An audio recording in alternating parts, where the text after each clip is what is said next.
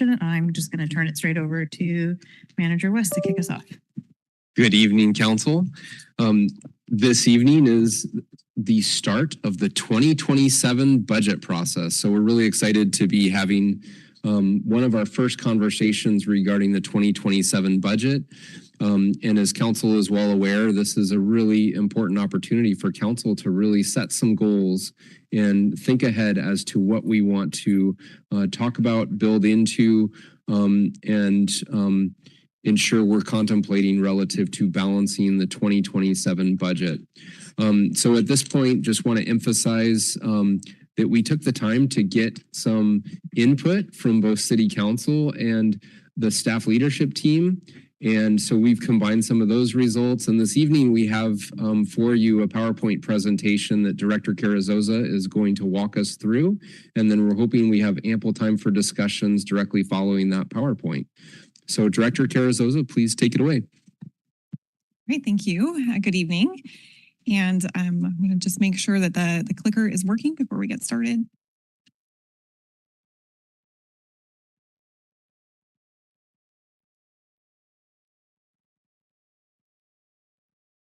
It does not look like it's going to cooperate today. So Jess, if you would please, next slide.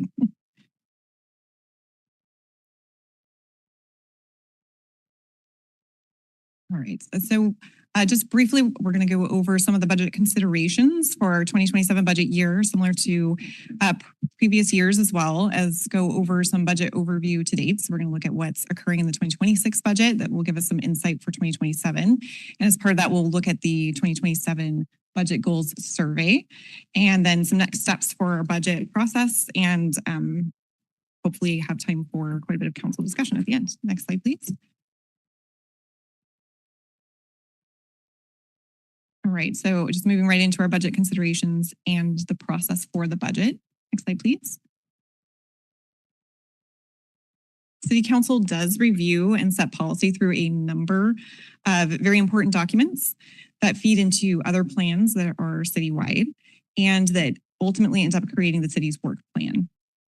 And so this really starts with a comprehensive plan and works through the city's budget to ensure that spending is set for the goals, objectives, and vision that is established by the City Council in that plan. And the budget is really what brings those goals into reality because it does set the funding for each of those. Next slide, please. And so to help establish the framework for this, additional policy has been created by City Council in the city's financial policies. And that's starting in Section 2, and we just highlighted a few that do pertain to the budget each year. And so in Section 2.2, that Council should consider the community's ability to pay prior to any tax, utility rate, or fee increases, which is something that we do go through and highlight through public hearings and through the budget process whenever those are going to be occurring. Section 2.3.1, reserves should not be used for ongoing expenditures. So anything that's recurring would not be pulled from reserves. We save those for one-time uses, and there is a minimum threshold.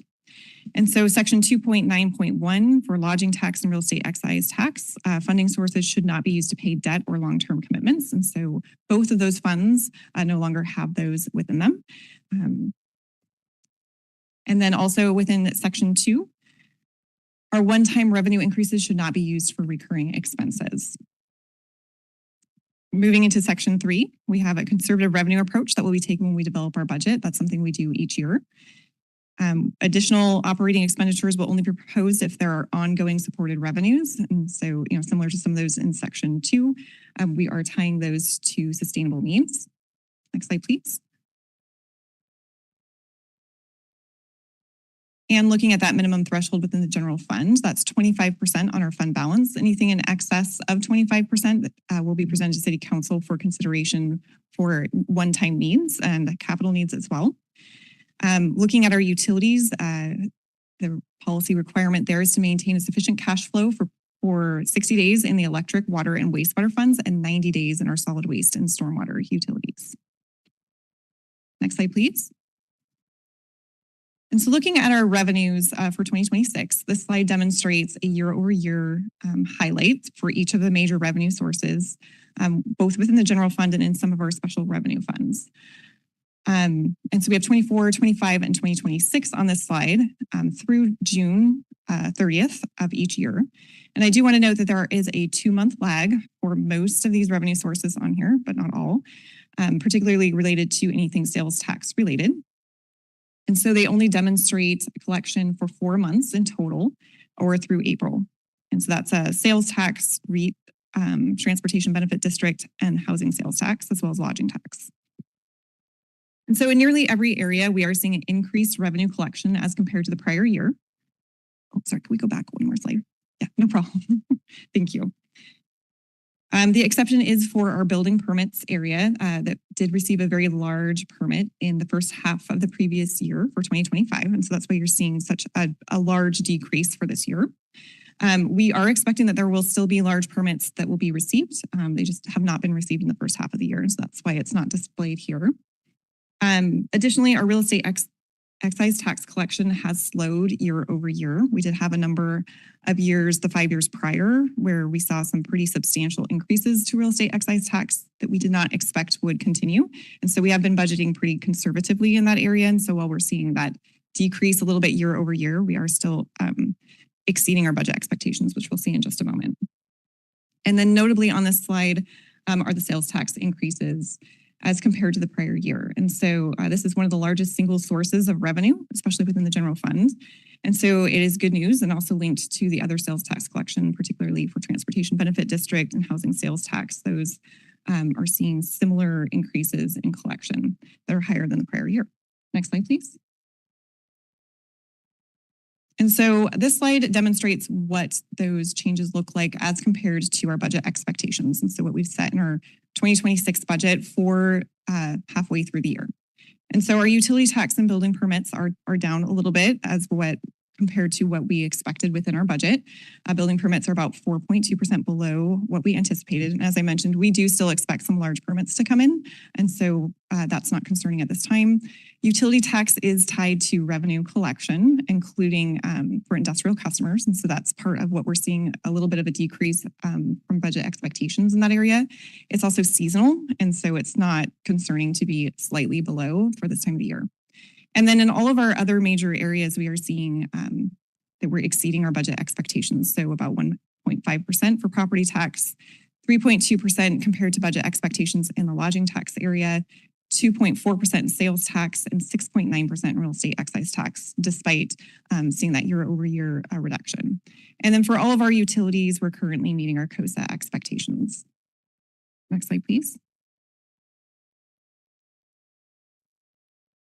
And so for our 2026 expenditures, we already are aware of a few things that are occurring. Year to date, most of our expenditures citywide are on track. That does consider seasonal spending. We also have known additional costs for our criminal justice services that will be brought back to council for future consideration. And so we also have city staff has been tasked with maintaining our current budget levels for each new budget year. So there is one exception to that, and that's the council authorized salaries and benefits from collective bargaining. Those are increases that occur each year within the budget. And our utility and special revenue funds are remaining at or above our appropriate reserve levels. We have one exception, and that's our solid waste fund. And so I just want to go back for one moment to our criminal justice services, just to highlight that we did hope to have a definite amount for this budget work session for council's consideration. However, with the extension of services, that's still an unknown amount at this point. And so with the finalization of those agreements likely to occur in line with our preliminary budget document being produced, staff will be providing a recommendation for any changes that may be required to the city's budget during the budget process for council consideration at that time, just due to the timing of the extension there. Next slide, please.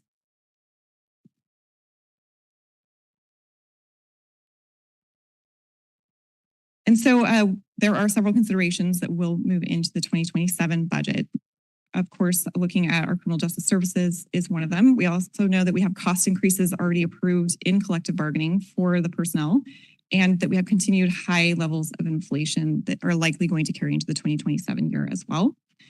We also have one-time amounts that have been approved that may impact our 2026 budget. And so just looking at those reserve levels as well. However, the criminal justice services does remain the largest area of risk in the 2027 budget, with impacts estimated between $800,000 and $1.3 million. Outside of those costs for criminal justice services, staff do believe that based on current trends we're seeing with revenue and with spending, that we should be able to balance the budget without substantial adjustments. And once we know and understand better what those estimated costs for criminal justice services for 2027 are, of course, we'll be bringing that back to council. Next slide, please. And so part of what we will be bringing back to council is that detailed analysis by utilizing the direction from council at this meeting. So we are looking for a little bit of guidance that we'll get to in just a few moments, and that we'll be making that recommendation in the fall with the budget process. Next slide, please. All right, as Manager West mentioned, we did put out a 2027 budget goals survey, and so we are going to share the results of that survey in the next few slides. We also did ask the leadership team to complete that survey as well, and so you'll see some comparisons on most of these slides for the answers between council and leadership. Next slide, please. And so our first question was, what percentage of general tax dollars in the general fund should support the following? And so we had multiple categories, including public safety, parks, streets, community development, public works administration and engineering, city utilities, which does include our Medic One utility, administrative services such as city council, city manager's office, legal and finance, and support for our community partners. And so both an interesting and positive result is that leadership and city council were largely aligned in their expectations for spending within the general fund tax dollars. And so you can see the majority of that expectation lying within public safety, so our police and fire, and then moving into parks and streets, followed by administrative services, but very similarly aligned, meaning that council and leadership are aligned in their goals, which is a very positive outlook. Next slide, please. We also wanted to demonstrate what this looks like within the budget currently. And so we have expectations as well as what is planned in the budget for these tax dollars. And so it's important to note we're not talking about the percentage of the entire general fund budget. We're really looking at how much of those general tax dollars that can be used for any purpose. And so within our public safety, it is the largest area of support for those tax dollars at almost 63%, compared to the roughly 45 or 46% that was aligned with leadership and council. And I do just want to take a few minutes to kind of break down a couple of areas here, because some programs within the slide here that we've demonstrated have been strategically built into the budget to have other revenue offsets. So we're talking about grants, or in some instances, fees that offset the cost of the services that we've really spent the last couple of years, the last 3 to 5 years, building up within our general fund to ensure that we're utilizing our general tax dollars to their fullest. And so I also do want to note, because probably one of the most surprising areas on here is the street department, with an actual amount of just about 3% coming from general tax dollars. If the transportation benefit district dollars were not to be received, if those were not maintained, or then we would be looking at using general tax dollars of about 10 to 12%, more in line with what the expectation is. And so I think that that's an important note. That's something that council did a lot of work to move toward in order to free up some of those tax dollars for other purposes. And so that's something to consider as you're looking at some of these areas on the slide. Also, within this question, going back to, council might recall, for revenue options and for revenue sources, that they're not all the same, and that many of those revenue sources can only be used for certain purposes. And so this really demonstrates where the largest impacts to the general fund would be in terms of revenue that can be used for any purpose. And so as we're looking at program changes, things that are funded by grants or fees that only can be used for those purposes would have a different impact to the city's general fund if we were to make changes. And so that's important to note and demonstrated here on this slide. Next slide, please. The second question, and this is the answers here are for council, and that is, if reductions are needed to the 2027 budget, which of the following is preferred to occur? Largely, 50% of the answers from council were in the other category. And on the next slide, I have listed out what those are. However, 25% did answer that a set percentage will be cut in each department. So essentially doing more with less resources. 25% also answered a combination of smaller percentage cuts across all departments with select program reductions. So a combination of the two. Next slide, please. And within that other category, answers were that maybe a combination of both program and service reductions, as well as prioritizing reductions based on outcomes for core responsibilities, looking at lower priority programs first and seeking efficiencies across departments, and then potentially the across the board percentage cuts as a last resort. Next slide, please. When asked the same question, leadership, the majority of leadership felt that select program reductions, about 50%, answered in line with that. 12.5% believed that select service reductions should be looked at first. 25%, a combination of smaller percentage cuts for all departments with select program reductions, and 12.5% answered other, largely looking at targeted program and service reductions. So a combination of the first two. Next slide, please. So as mentioned, our city financial policies require a 25% general fund unassigned balance. And so the question was, do you support changing the general fund balance requirement to accommodate cost increases that would otherwise be unsupported and require budget reductions? And so City Council, 75% answered no. And City Leadership Team was evenly divided at 50% for each. Next slide, please. Fourth question was related to the last question. So if the general fund reserve balance, if answered yes, less than 25%, should the council contingency funds held for emergency purposes be increased from $250,000? City Council, 75% answered yes. And again, the leadership team was divided at 50-50. Next slide, please. And so for the 2027 year, we have three rates that we'll be looking at for different utilities for water, wastewater, and stormwater. And those will occur in the fall. And so the question was, what is the acceptable increase in the 2027 budget for those utility rates? And so largely both council and leadership believed that's 3 to 5% range. However, 25% for each did answer between 1 and 3%, 25% for council and 12.5% for leadership in the 5 to 8%. And there was no responses for 8% or higher. Next slide, please. So next few slides were open-ended questions. So I apologize. They are lengthy. There were a lot of good thoughts. And so we tried to include as many as possible.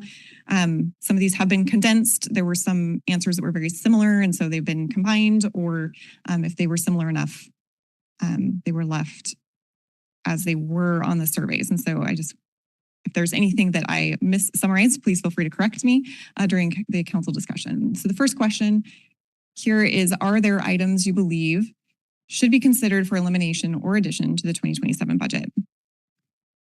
And so here there were a number of responses. And so the first, continuing to prioritize investments that maintain essential public services, including long-term investment needs, so public safety, transportation infrastructure, utility system reliability, and housing implementation as priorities. To look for opportunities to improve efficiency by evaluating programs, pursuing grant funding, and ensuring new expenditures are sustainable long-term. And anything new within the budget that requires maintenance, with the exception of police and fire. Looking at freezing spending in fleet for looking at 1, 3, or 5 years, looking at plantings or ground maintenance, and optimal use of resources to put our efforts on things that have the most impact. Next slide, please. This is a continuation of that same question. So during the budget process, we should evaluate all programs and expenditures first, and how well it advances the city's strategic plan and fulfills the city's core responsibilities. We should also ensure that the city can sustainably provide core municipal services, including that public safety, transportation, utility, and effective planning for future growth. Programs should be evaluated based on measurable outcomes, long-term value, and whether they advance the strategic plan focus areas. If reductions become necessary, eliminating or redesigning lower program priorities before reducing core services. And then the last item for this question from council, improve organizational efficiency, pursue grant opportunities where appropriate, and evaluate existing programs. Next slide, please. And so from leadership on this same question, there were some similarities. So focus areas that require staff time that do not specifically support our core functions should be reviewed, kind of going back to some of those efficiencies, and that anything that's added to the workload should have something else removed. And so just kind of balancing that out. That we should review vacant positions in all services for efficiencies. That we should be looking at no new employees in the 2027 budget year to allow for retaining current employees, with one exception for new officers authorized by House Bill 2015, and a review of the criminal justice services for long-term needs and savings. Next slide, please. All right, our second open-ended question, are there revenue sources we should pursue for the 2027 budget year? And so these are City Council answers to continue to pursue grants. The sales tax from House Bill 2015 for criminal justice, that's the additional 0.1%. That we seek partnerships with other governments and agencies to leverage investments. That we maximize our current revenue sources before we look at any new sources, such as ensuring fees cover the cost of services. We should continue to advocate for legislative solutions that provide sustainable local revenue. Look at bonds for sewer projects, parking and enforcement fees, parks as a taxing district, and the renewal of the transportation benefit district tax. Next slide, please. And from leadership, same question, there were some similarities here. So the continuing of pursuing grants and also the 0.1% sales tax increase for criminal justice. A few other items included vacant properties, maintenance fee, annexation of urban growth areas, ensuring that individuals that are using core services are paying for those same services. So looking at fees and citations, impact fees, and selling city-owned property. Next slide, please. So our last survey question, starting with council, do you have any additional comments regarding the 2027 budget or process? And so from council, continuing public engagement and ensuring that the budget shows benefits and opportunities and is understandable for the community. Use of recurring revenue for recurring expenses, that we maintain our adequate reserves. We use debt strategically, that we prioritize spending based on core municipal responsibilities and measurable outcomes, that we evaluate decisions based on long-term costs. Taxes and fees should be sustainable and identifiable by purpose, and that policy should drive cutbacks if they are necessary. Next slide, please.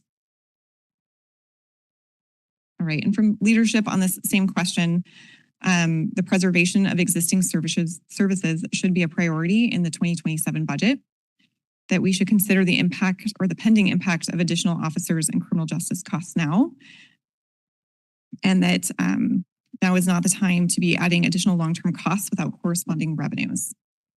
That we should continue to build upon the outstanding grant work from all departments. Most departments have already made significant budgetary cuts and are expected to provide the same core services to the community. Just something for us to keep in mind as we're looking at potential changes to the budget. Also, that many budgets have remained status quo for 10 years despite inflationary costs. The city does have limited resources, and so policy that adds staff workload can reduce efficiencies. The city should consider the behavior by other governmental entities that also create staff workload for the city. Cost, labor, and maintenance requirements continue to rise, and we should pressure the legislature to limit the impacts from regulations. So just kind of looking at some of those unfunded mandates from the state. Next slide, please. So next steps for our budget process. We are currently undergoing departmental budget entry. That occurs throughout the months of July and August. Starting in August through September, we will go through city manager budget meetings by departments, and we will go through the work of balancing a proposed budget to city council in alignment with state law. We do plan to have the 2027 preliminary budget document distributed and on the city's website on October 9th. And we do have scheduled a 2027 budget work session on October 27th. And from that point, we do begin a number of public hearings and touch points on the 2027 budget, as well as other holds for work sessions regarding the budget if council would like to take those opportunities for a review. Next slide, please. And so before we turn the time over for council discussion, to keep a balanced approach for the budget, we are requesting consensus on any items council would like included in the budget for review. We are also requesting that if changes involve an increase in expenditures, that direction for programs that would be reduced to accommodate other goals would also be included, and how that change ties to the strategic plan. Next slide, please. And this year, we're also requesting that council provide some direction on the top 3 to 5 programs that should remain at a consistent level in the 2027 budget. So as we're going through and balancing the budget, these are the top 3 to 5 programs that you're requesting staff maintain at the same level that they are in the budget, both from resources and staffing. And then staff does recommend that council consider any necessary budget impacts that may occur during the 2027 budget process. And so specifically going back to our criminal justice services, and that we utilize the budget goals work session to provide the priorities within the budget to staff so that we can begin that work to provide a preliminary budget for balancing. And with that, I will turn the time over for council discussion. Thank you. All right.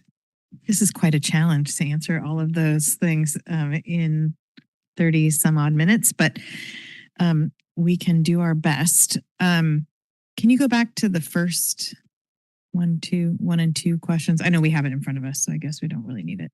But can I ask a clarifying question before I open it up for council discussion? For question number 1, is that any new items? Is that the intention of that question?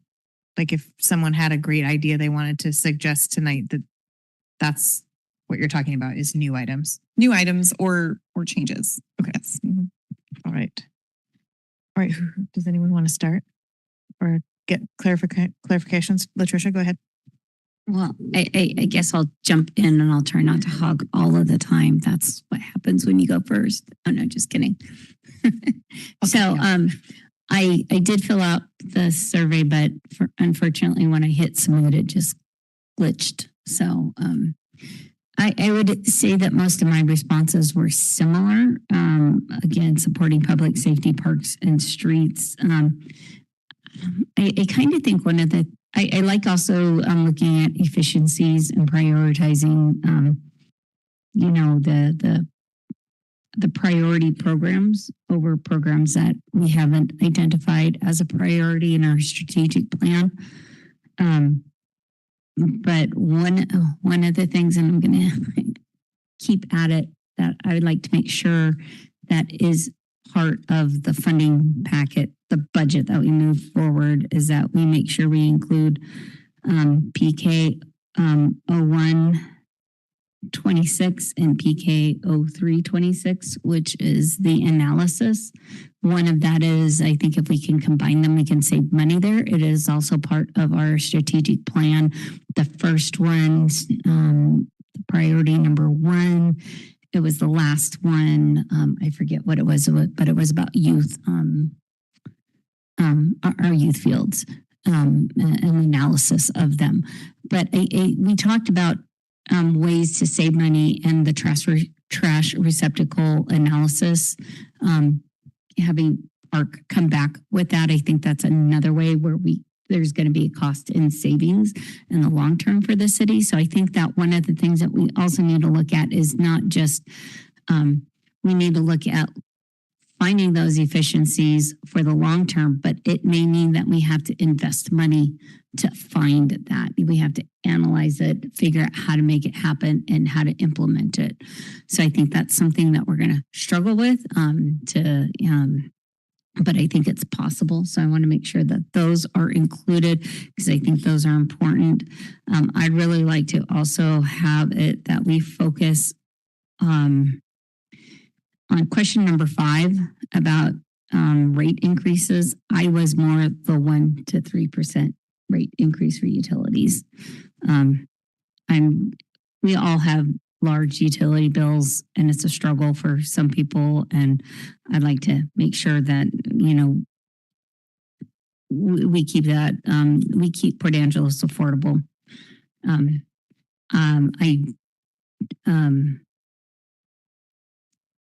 When it comes to other sources, I think those are great suggestions by both council who filled it out and leadership. But I also think that we need to consider, I like the legislative approach. We don't get fees in lieu of taxes for our National Park Service. It's a struggle. We get a lot of tourists that come through. I think that we need to seek a legislative approach that City of Port Angeles is identified as receiving funding.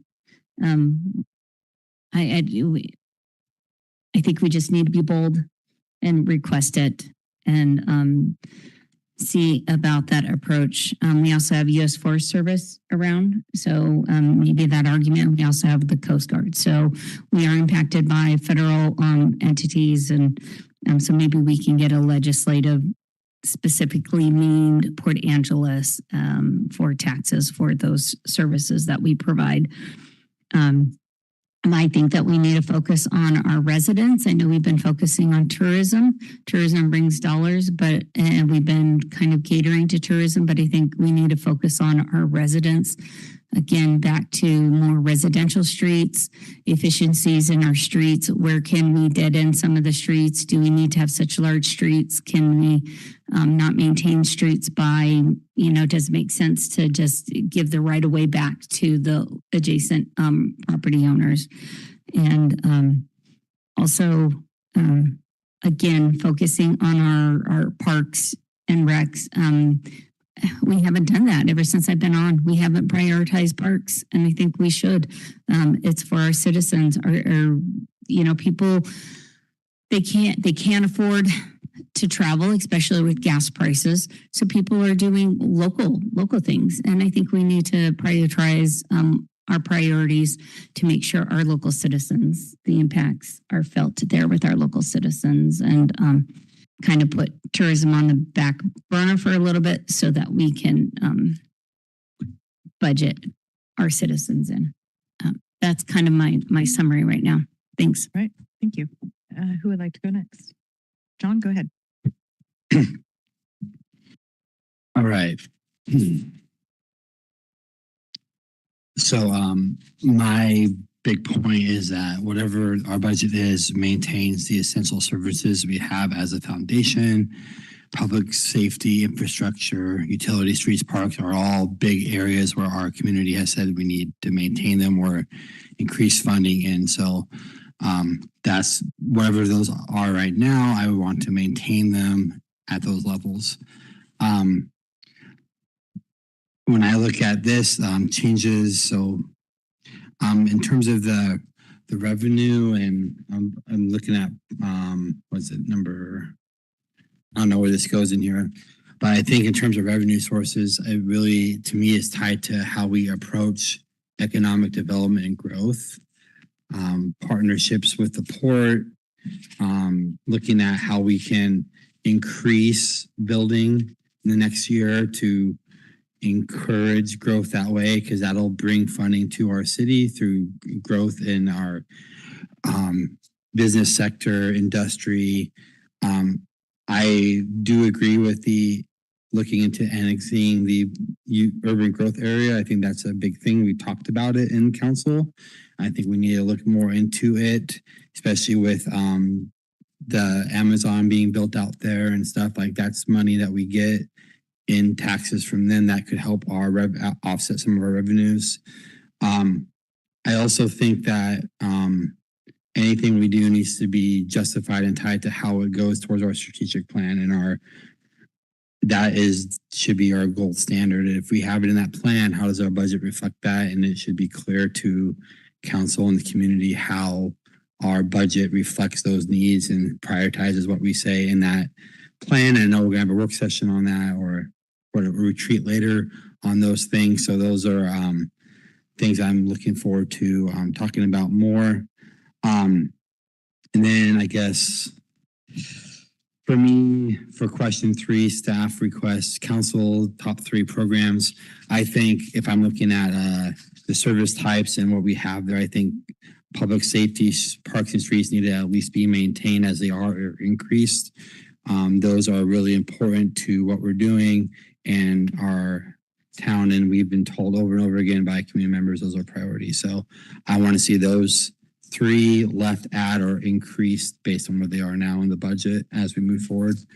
Beyond that, I think that's all I have at this point. So thank you. All right, Drew, go ahead. Yeah, so I'm not going to repeat everything that's already been said. I think I agree with everything that John just mentioned. But I do want to bring up one because it got hidden in here, and that's fine because it's a dirty word. I want to talk about us using debt because no one likes using debt. No one likes taking out loans. Why are you taking out a loan? Save up your money. Here's a realistic example. So there is an opportunity cost of us not fixing roads. I'm going to use roads. Those are a long-term, hopefully generational asset that the city has. If the deferred payment costs on just not doing that is 3% a year, but we can get a loan for 2%, it's actually cheaper for us to get a loan and repair the roads than to wait until we save the money to pay for the roads. Now, I don't actually know if that maths out correctly. That would be a question that council would have to ask Public Works and our finance department to figure out for me. But if it does, strategic debt is not a dirty word. If the math comes out correctly, it can be cheaper to take out loans, bonds, or other forms of borrowing against putting off things. I'm not suggesting, nor do I encourage us using debt as a form of temporary funding for programs or things of that nature. I'm exclusively talking about long-term capital facilities, capital assets, and things of that nature. So I do think as we look at some of these projects and the however many pages of unfunded street projects and capital facility projects that we currently have, we'd take a serious look at whether it is actually cheaper for us to figure out how we can fund those via debt and end up saving money in the long run. So I do think that is a conversation that we should have fit in there at some point, at somewhere, would be my request. Thank you, Drew. Amy, go ahead. Thanks. I wanted to also share a couple of things that I took away from some of the sessions at AWC regarding budget stuff, because I chose to take those riveting sessions about budgeting. And just to share, it was suggested or recommended to look at biennial budgeting. And I guess I suspect we've already had a lot of that thought or conversation in the past, but wanted to share that. And also billing or invoicing folks who come in with complicated permitting requests or conversations with staff, because often, well, you guys will know this, but I'm hearing that often it takes many staff hours to walk through some of the complicated projects, and then sometimes that ends up with no project. And so staff time is still being used for that. So that was also brought up in some of those conversations. Wanted to share that with leadership. And now I will answer your questions. I would like to see, and I think we passed a motion on it, to talk about how we might increase parks capacity and specifically around full-time employee. So I would like to still see that come up. I think my thought related to that for the answer for number 2 might be, at some point we were talking about business license fees for a navigator of sorts. Perhaps there's a way to combine that conversation or change it altogether in relation to increasing park capacity. For number 3, could I get a little clarification? When you say programs, do you mean service types? Yeah, it could be programs or services, either one. Okay. Okay, service types just seems really broad, and I didn't know if you wanted more granular considerations, but I think public safety, parks, and utilities are types or programs that we need to maintain and should be the top 3 on the list.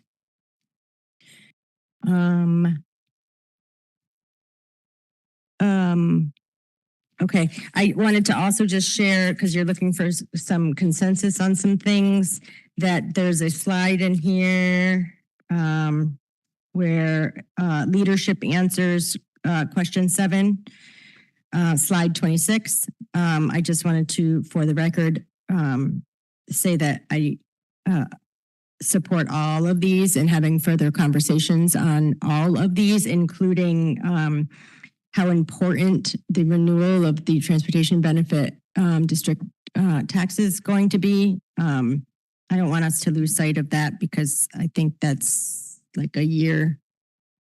I don't remember now, but it's expiring shortly, and we need to have that. Otherwise, we're going to have tougher conversations. I think that is all of the answers. And I'm also not opposed to having more discussion about how to strategically use debt, and can share some of the notes I have, but I'm sure you guys are way more educated on that. Thanks. Mark. Okay, I'll be a little brief since a lot of the high points were mentioned. I do agree with much, if all of what is on slide 26. I do want to continue a conversation on strategic debt. I really like Drew's point, and that's something that has been brought up over the course of a couple of years by various council members and different conversations. So I want to add this about parks. As the cost of living increases for individuals and more people stay home, we recognize that it's important to build out our economy for tourists as one segment of our local economy. But that means that we need to ensure that we have a livable space for residents here. And parks are often the first refuge of young families to be able to take those short breaks away. And I would like to make sure that our parks are funded and supported in a way that makes our residents feel welcome. Councilmember Suggs brought up a walkway in one of the parks the other day, which I thought was an extremely good point, because when I was thinking the state of our parks, I thought, wow, we just have like almost some world-class facilities, and we do, but some of the infrastructure, some of the transportation infrastructure in those spaces is lacking. That's it for me. All right, I'll go and then I'll go back around. I also will not repeat things, though. I know we want consensus, so there has to be some indication that there's support for the things that have already been said. I do appreciate the staff recommendations for revenue sources. So I would also, I feel like annexation may come with more cost, but I don't need to get in the weeds on that. Someone else can decide and bring it as an option. But we definitely have talked about vacant property a lot, and we keep sort of dancing around doing anything about it. And so now maybe this is the time to prioritize that. In terms of the 3 to 5 areas, I would agree, public safety, including that to mean police, as we are currently structured, police and fire. I like parks too. I think they're valuable and a resource for everyone. Utilities obviously are a requirement or a necessity for us. And also, I think what's missing to me from that list is things that generate revenue. And so some, if we're not permitting, we need to maintain, create some efficiencies. Maybe I think we've certainly worked to improve our turnaround time. I don't need to get in the weeds on what efficiencies look like. If there are any to be had, I expect that that we will get there, especially with this budget cycle. But we still need to offer the services that utilities do generate some revenue because of the sales tax, but we also need to be sure that we're properly staffing the departments like Public Works and CED that are responsible for processing things that generate revenue like permits. So that sounds like everything that we're already doing, and I don't feel like that's really helpful because I just sort of threw in the whole everything. But I had a couple of questions about the percentage question. And I feel kind of silly that I have to ask, but where do the judicial services fee costs live in slide 14? Are they under public safety? They are currently under public safety. Okay, thank you. I really should know that given my in-depth involvement. And then I want to pick up on something that Latricia mentioned. I don't know that it needs to be specific for Port Angeles, but I've already had a conversation with at least one legislator about PILT funding. And right now, all of it goes to the county, but it's by the designated by the state, how that works. And that legislator was surprised to hear that nobody gets any of their PILT funds except the county. And I think that's a problem, not just for us. And so it certainly doesn't fall necessarily in the revenue side of things, but I do think we are providing services at a cost with fees that are not being remitted to us as are other agencies. And it is an unfair, to me, feels like for some situations, like residents are double paying for things because they're having to fund through taxes things that we need more revenue for because we're not getting revenue that's being generated, that's being given to the county as the receiving agency. And I don't know what the RCW looks like right now, but I think that I would be happy to put that, to consider adding that to our legislative priorities, which doesn't help the 27 budget, but might help the 28 budget. And then the only other thing I made a note of when we were going through this in terms of, I think one of the staff recommendations was freezing hiring. And I think I feel like that's one that I don't want to get involved in that because I think we may create some inefficiencies if we do that. But what wasn't noted there is the firefighters that we authorized. And I want to make sure if something like that were implemented, that those positions don't get lost. So I appreciated that idea, but not just police. And I guess my other last question is there any quantifiable increase in efficiency that anybody sees once we're A, no longer having to do the implementation, and B, once the Tyler upgrade is completely implemented? Maybe it's like budget dust. I don't know. I'm just asking for, it comes to my mind when I think about things we've been working on. So we do expect there will be some savings and some efficiencies that will come from that. However, there will still be a few years where we're kind of settling into the new system and finalizing some of those processes. But we do anticipate like savings from paper and things like that we're now more capable of, online bill pay and things like that, where we maybe don't have to mail as much. So we do expect some savings there. And we also do expect more efficiencies from the system. Great. And probably for the first couple of years, it's super clunky because you have to maintain the legacy system till everything's, okay. That's correct. All right. I don't know if I was super helpful, but those are the things that I was thinking of as we were looking at the questions, and do appreciate other people's inputs. We have 10 minutes. Latricia, go ahead. Back to the conversation on revenue, potential revenue. Not only have we talked about the fees, the vacant property fees, have we talked about second homes that are not primary home fees? I know a lot of jurisdictions are doing that. I don't see it on the list. Is it something that we should consider and put on the list? you talk also about services that our staff provide to other jurisdictions. I would imagine that would be like the state or the county or city of Squim, or somebody's reaching out asking for services. Do we have something that we can charge fees to them for, like consultation fees to these other jurisdictions? Is that something that we're doing, or is that something that we can consider?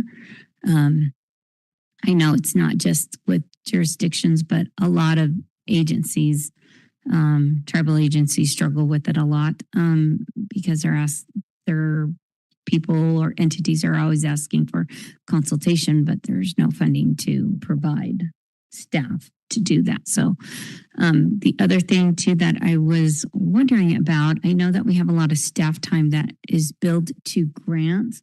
I kind of would like to see a chart of like, and I don't know how you would do it. What is the percentage of staff, their time working on grant specific projects, time billed to that, and time billed to like just overall government administrative tasks, that aren't grant. And I'm kind of wondering if there's an approach there to focus on making sure that we get to a point where we've got enough grants. We're billing the grants for those services, saving some of those general dollars, and not billing that. That was something that kind of popped in my head. I know a lot of nonprofits focus on that, where they like to seek a 65% that they're billing to the grants versus to general services. But those are the things that popped into my mind. Thank you. Thank you. I feel like I'm out of order, but I'm going to go really quickly because I found another note that I had here that I forgot to say. First, I would add my name to the list of people who would be willing to have a conversation about debt and how we might strategically use that. And then another thing that I was thinking about, talked to Nathan a little bit about it earlier, that I would just throw out here, because it's kind of an answer to your questions, Serena, is there was a time, it's still my least, of all the things we've done, it's still my least favorite activity that we ever did as a council. I don't know if anyone else was here. We did, when Dan McKean was the city manager, we did a prioritization work session to prioritize. Every department brought things that they could cut back on.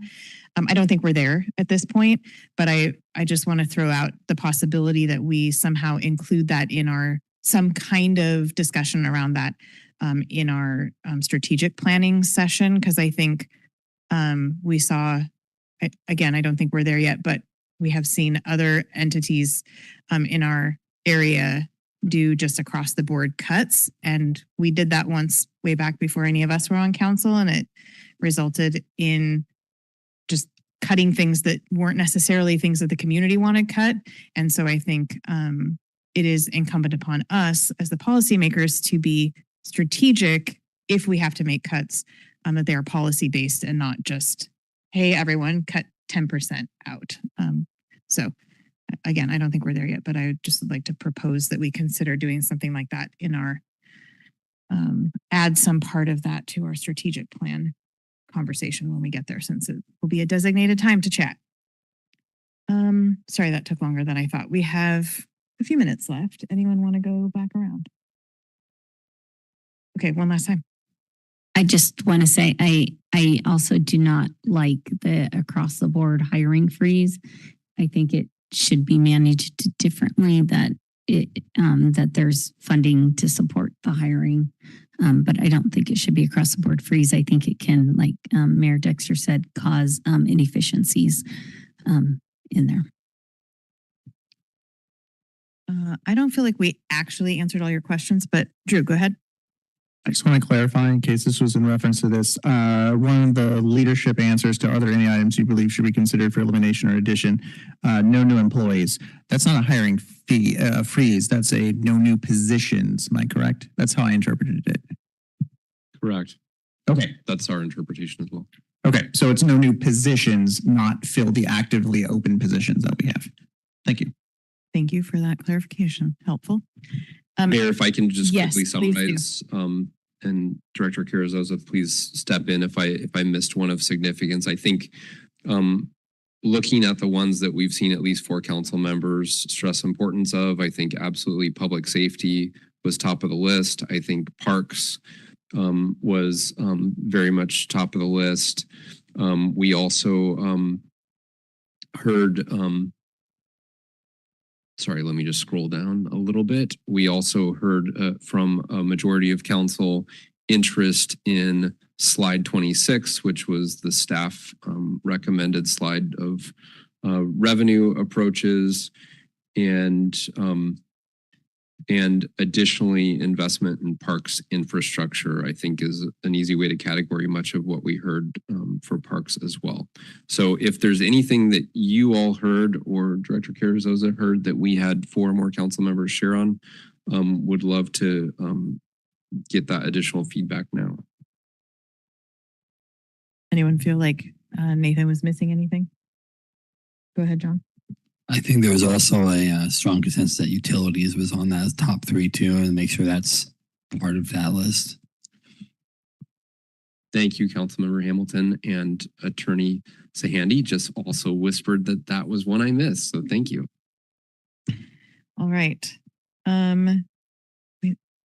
I suggest, it doesn't seem like, I mean, we could talk about this for the whole, like for a whole day, but let's take, let's be done with this part of our meeting and we'll come back and pick up with the regular meeting at 6 o'clock. Thank you.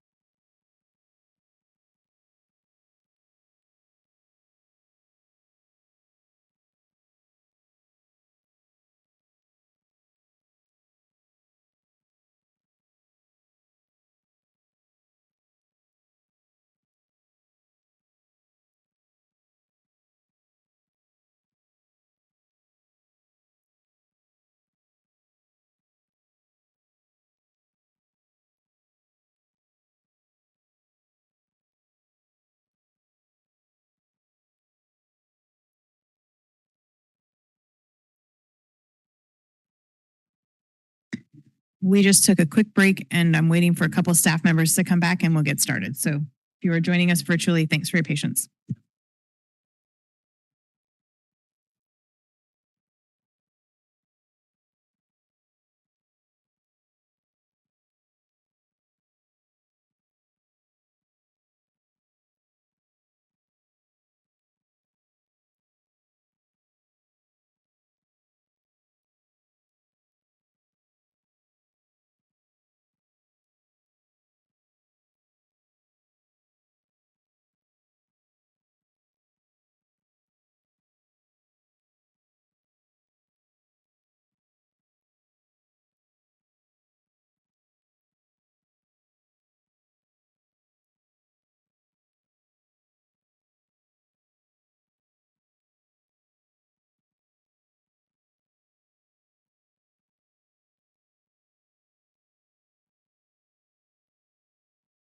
All right, we will go ahead and get started with our regular meeting. This is the meeting for Tuesday, July 7th, already July. Could we start with a roll call, please? Here?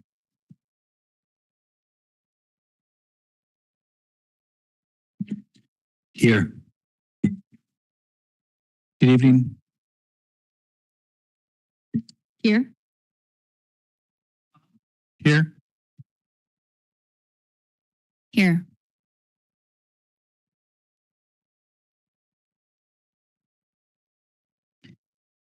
Earlier, I thought I was going to write a note to myself on my agenda to remember to do something before we started. And not only did I not write it down anyway, so I forgot. Deputy Mayor Carr is out tonight, and she, I believe, mentioned that at our previous meeting.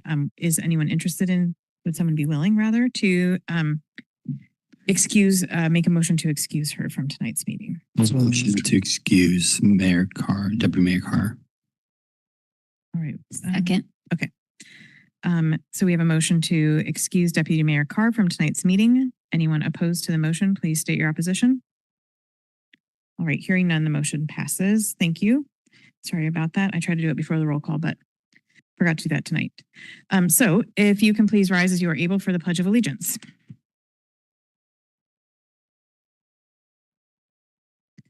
I pledge allegiance to the flag of the United States of America and to the republic for which it stands, one nation, under God, indivisible, with liberty and justice for all.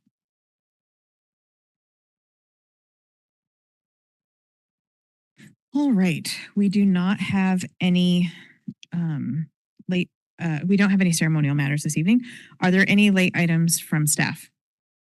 Mayor and council actually have item there.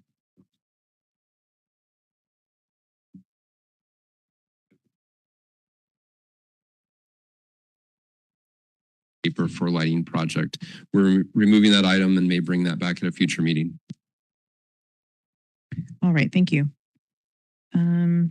And just for the note, the staff mics are on now. I wondered. Anyway, you should be good. I heard the change. All right. Any late items from council? Okay, hearing none. We will move on to public comment. Don't know if there's a sign up sheet. We do have a guest clerk tonight, so we're going to give her some grace. Abby, would you be willing to see if there's a sign up sheet of anyone on the sign up sheet? For folks who are visiting us this evening who might be new, we have two public comment periods. The first one is for items on tonight's agenda, and the second public comment period is at the end, and that is for any items that people wish to bring to our attention. And we will do council chambers first, and then go online. And it looks like we may not have anyone signed up, so I will just ask if there's anyone in council chambers who wishes to make a public comment for something on related to an item on tonight's agenda. Okay, I don't see anyone in council chambers, so we will go online. Susie, when you are unmuted, I will make sure I can hear you, and then, as usual, I will start your time. Please state your name and whether or not you are a resident. Hello. Hello. Go. Thank you. Susie Blake, Port Angeles. I just want to say very briefly, I'm very excited and grateful to see item I3 on the agenda tonight. I want to personally thank everyone that applied for this board. I looked at some of the applications of the ones who are appointed, and I'm very much looking forward to a new day moving forward, making public safety a priority in Port Angeles. So thank you to everyone who applied and who is starting their term serving on the public safety board. Looking forward to that first meeting. Very excited to see someone on there who has experience working with assault victims. I think we really need that voice on the panel. And I just look forward to public safety being a priority. Oh, and I also want to thank the chiefs for the work they did in preparing the guidelines for this group. Thanks. That's all. Thank you, Susie. Anyone else? Okay, then we will move on. Again, there is a second public comment period. Also, I forgot to mention, which I usually do, we have a public hearing this evening. And that, so if you wish to speak to criminal justice, the criminal justice tax, sales tax that we are considering, then the public hearing would be the place to do that. And that brings us to the consent agenda. Is there anything anyone would like to pull from the consent agenda? I don't hear anything. Anyone have anything they'd like to add? Drew? Yes, first I'd like to add H1, resolution authorizing the waiver of sewer connection fees for connecting housing infrastructure program, grant eligibility, affordable housing projects. Anyone opposed to that? Okay. Okay, I2, International Brotherhood of Electrical Workers, Local 997 Collective Bargaining Agreement, approve and authorized. Any opposition to that? Okay. And then, okay, go ahead. And then I3, Public Safety Advisory Board appointment recommendations, appoint. Any opposition to that? Okay, I don't see any opposition to those three, so I will add them to the consent agenda, which I will read now. The minutes from June 16th, 2026, expenditure report from June 6, 2026 to June 26, 2026 in the amount of $1,597,157.38. Construct 2025-50 award. Pure Storage Solution Unit 2 annual license renewal. HP Latex 730W printer procurement. IT server HVAC unit replacements. Resolution authorizing the waiver of sewer connection fees for connecting housing infrastructure program, grant eligible affordable housing projects. International Brotherhood of Electrical Workers, IBEW, Local 997 Collective Bargaining Agreement, and Public Safety Advisory Board appointment recommendations. Are there any questions, comments, and or a motion to approve? I move to approve the consent agenda as presented. Second. Any questions or comments? I will just mention, thank you to staff. It's nice to have the IBEW contract on here tonight. And I'm glad to have the folks who are in that union working for us. Anything else? All right, so we have a motion to approve the consent agenda as read. Anyone opposed to the motion, please state your opposition. All right, hearing none, the motion passes unanimously. And now we find ourselves in an awkward situation of having a public hearing that's not supposed to start for 20 minutes and we don't have any other business on the agenda. Drew, go ahead. I would just recommend that we go to council reports and see how many we can get through. Yes, that is what I was going to suggest as well. So so for those in the audience and following along online, when we have a public hearing, because people may want to plan to attend to speak at that, we set the time for 6:30 or soon after. And so we cannot start the public hearing in advance of that. So we will do our best with council and city manager reports, which usually come at the end of the agenda. So we're really mixing things up tonight, but we will go ahead and do that. And I will start with John. Are you ready? More than ready. Okay. So I'm just going to, a few things to report on. So on June 29th, I had the opportunity to spend some time at the police department. I got to do a ride along with Deputy Chief Vieta. We've been planning it and we finally, follow through on it. It's mostly my fault, not his. I had the chance to meet more of the staff and the officers that work in the department, attend a department meeting, which I found very informative, and just get an opportunity to see what our officers do during the daytime instead of the nighttime. I also was brought to my attention that one of our officers was leaving us, Officer Brady, and I wanted to take a moment to thank her for her service to the department and our community. I've known her since she was a student at the high school, and I think she represents the very best of what Port Angeles is and strives to be. And I want to thank her for her service. Definitely a real loss for the city. And I wish her and her husband nothing but success as they move forward in their future endeavors. Hopefully she comes back and visits often. And then on the 4th, I did a few things. So in the morning, I went to the Veterans Circle of Flags Honors Dedication Ceremony at the Mount Angeles Memorial Park with my wife, Nancy, who is a Army veteran. I thought it was really beautifully done. It was a sobering and meaningful reminder to me about those who have served and sacrificed their lives to uphold the ideals we strive to hold as a community and as a nation. And I really appreciate the VFW in Carlsberg and the Daughters Revolution for really doing that. The flag display was amazing. Then I went to the pier. I got to watch a hot dog eating contest. That was a lot of people showed up. I didn't eat a hot dog the rest of the day. Thanks. We want to thank Sam Grillo and the Waterford District for the work they put into that and what they continue to do. Then I went down to the parade. I love the parade. I think it's one opportunity where our community, we have so much diversity in this community. We all go together in one space, talk to each other, cheer for kids and people doing work in our communities as they come down. Kids like revving engines is great. I really appreciate the Chamber of Commerce for that. Then I watched a fireworks show with my daughter, Savannah, from the Hook. It was great. We loved it. Thanks to everyone who did everything they could to make the 4th of July safe, accessible. All our volunteers, vendors, our public works, and our law enforcement staff is really important. And then we're looking forward. The only thing I got on schedule between now and the next meeting is a utility advisory committee meeting next Tuesday on the 14th. Hopefully people will come. And that is my report. Thank you, Mayor. Thank you, John. Amy.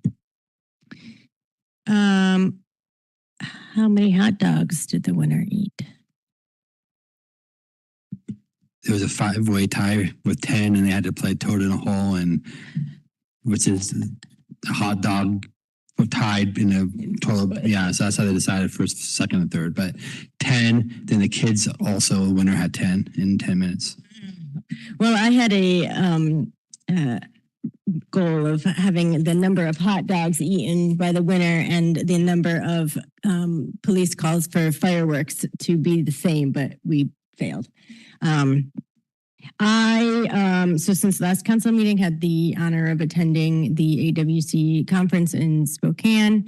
It was very busy, lots of information. I mostly, like I shared a little earlier, chose the budget track because I think that's where most of my weakness is. So I learned a lot about debt and debt capacity, and I wrote all my notes, so I will not forget it. I also was able to attend some of the sessions on co-response programs and saw some old friends there. Kim Hendrickson was presenting, and folks are, still behind us, but coming along. So it was interesting. Really glad that I got a chance to go. I attended a really good session on the automatic license plate reader stuff as well. So look forward to sharing that more detail when we have that discussion again in the future. I have UAC next week. I think that's all I have to report. Thanks. Thank you, Amy. Mark. Well, like Councilmember Hamilton, I attended on July 4th, the Veterans Ceremony, the flag raising ceremony at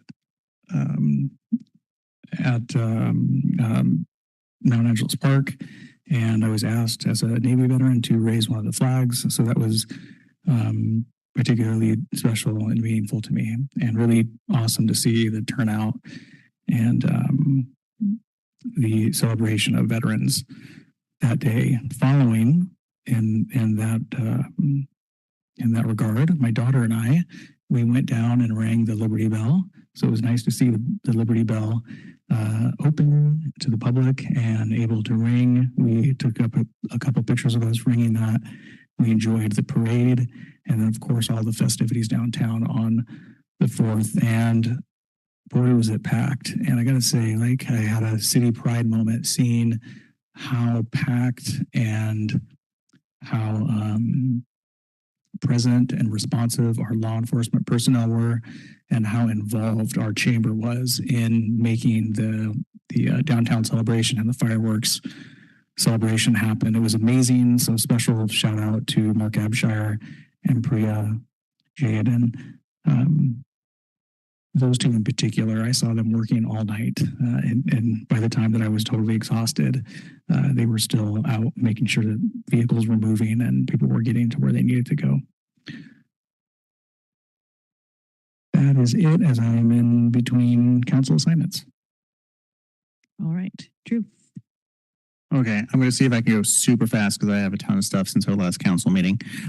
So what are we up to? Like 3 Wednesdays ago was the annual EDC night at Civic Field. So all the EDC memberships and partner organizations got to go out and cheer on our lefties. Unfortunately, we did not win, but it was still fun to go out and enjoy it.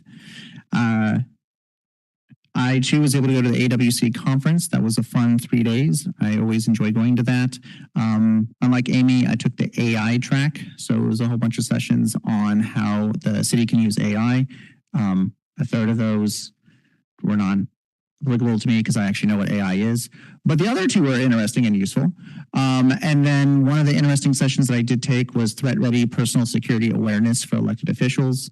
The biggest takeaways I took from that was, first off, I had no idea what this was going to consist of. Like, are they going to teach us self-defense moves? It was not. It's situational awareness, which is like the first line of defense is situational awareness. And the fact that they're seeing an uptick in the need for personal security awareness for local officials because people feel closer to them and therefore feel safer at harassing us, basically. So that was really interesting. The other odd takeaway that I took is this was almost identical to all of the de-escalation training that I've had from corporate stuff over the years, including being a closing manager at Wendy's. So apparently it's the exact same kind of de-escalation training, just cranked up to 11 for elected officials. So I thought that was really interesting. Anyone can go to the AWC website. The slides from that individual are on the website, and he was very knowledgeable and was previously worked at the White House in security. Right before the 4th, I was able to meet with Chief Smith, and we went over some public safety related stuff. Coming up this week, I've got a lot of different things going on as well. Tomorrow is a chamber luncheon. As a reminder, I do attend that as a business owner through my store, but I am going, and I believe Emily Randall is the guest speaker, I believe, tomorrow. On Thursday, I'm double booked. I'm going to go to the Air Station Port Angeles change of command ceremony. And then Friday, PHA actually has a mutual self-help groundbreaking. In Gale's Edition, there's going to be 7 families that collaborative meeting that we had with on Rainier.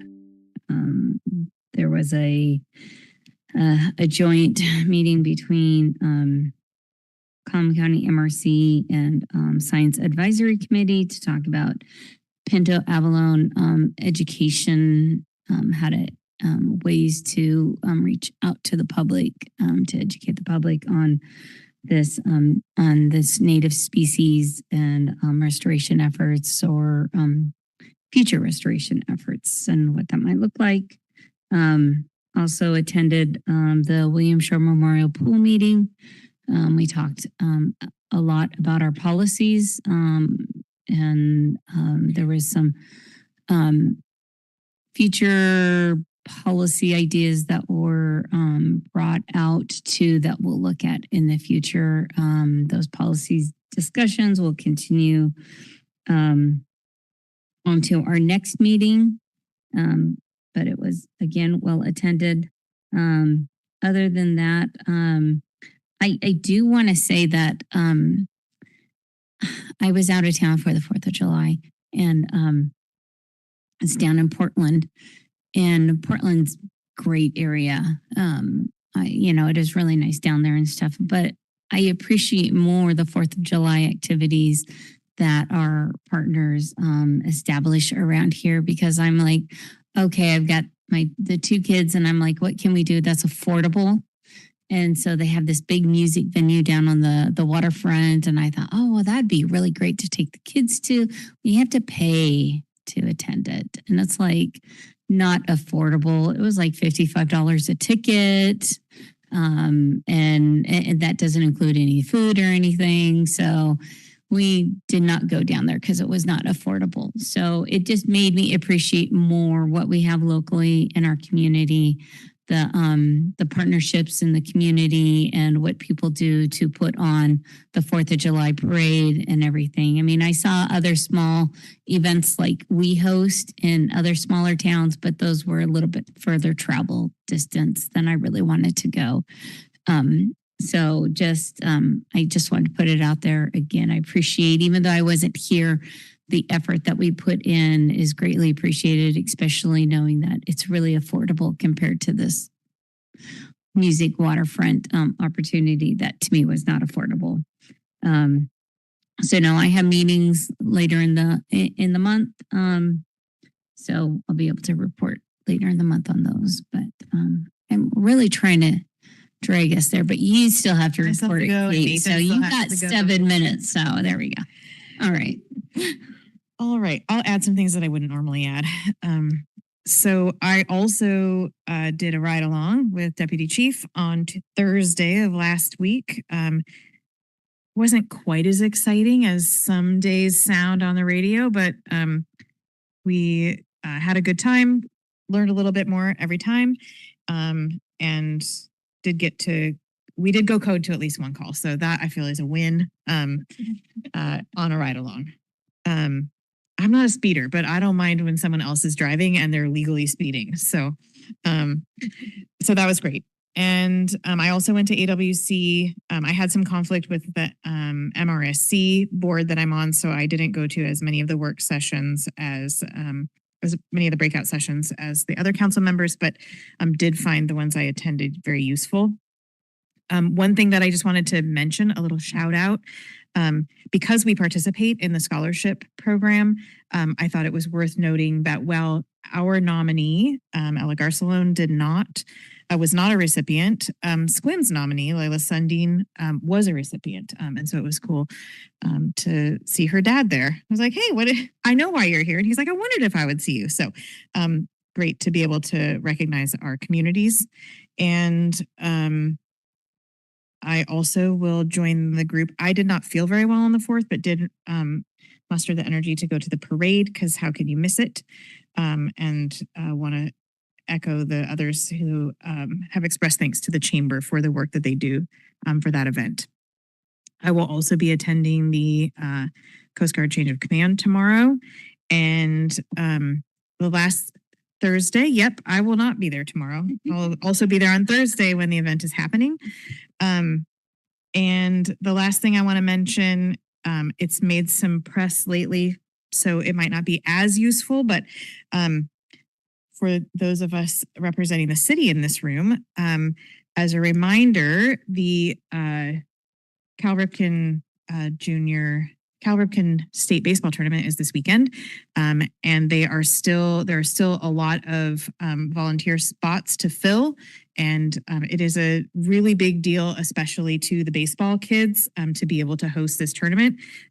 Last year was the first year. I'm really impressed that they are able to host again this year, and I did sign up to work concessions for one shift, but there are some shifts open. If you are interested, you can go to nobas.org. That's northolympicbaseball-and-softball.org and click on volunteer, and it will take you to all of the different sign up things.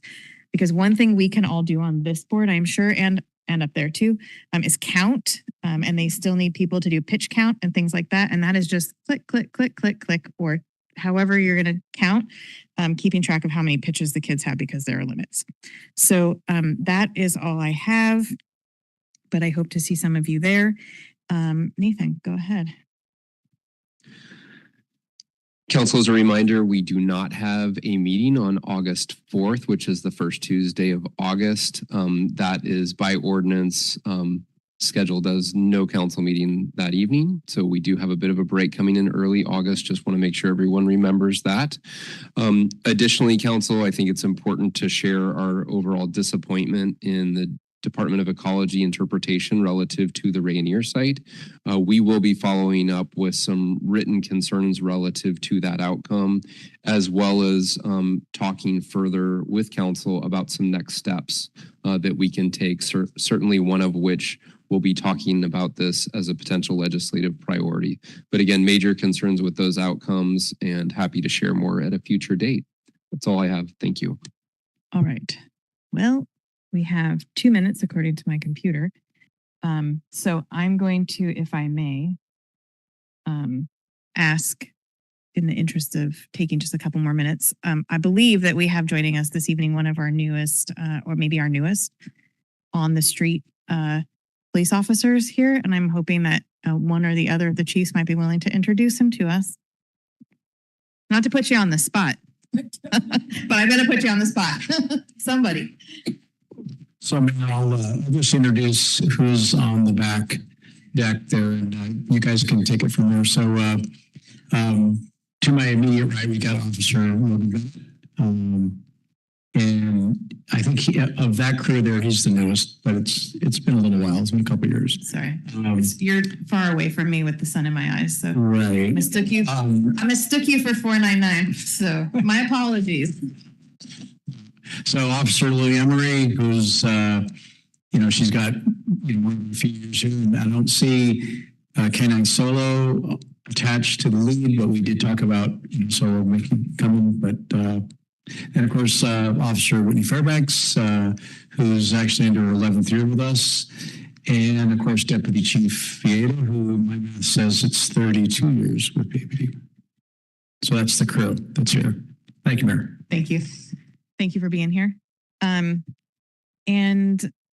I feel like since we have some staff presentation, we can. Mayor, we could do a couple more introductions this evening. Great, let's do that. And Attorney Sahandy is going to do one, but I'm going to do two really quick. So with us this evening on the dais, we have Shannon Cartmel, who is acting on behalf of Deputy City Manager Calvin Goings this evening. And next to her, we have Vince McIntyre, who is up here in a new role this evening, both acting Public Works Director as well as interim city engineer. So we want to welcome them to the table as well. And Attorney Sahandy can make one more introduction. So I just wanted to welcome Kyle Nemec right here, who's has joined us now as the new Assistant City Attorney. So very, very happy to have him join our office.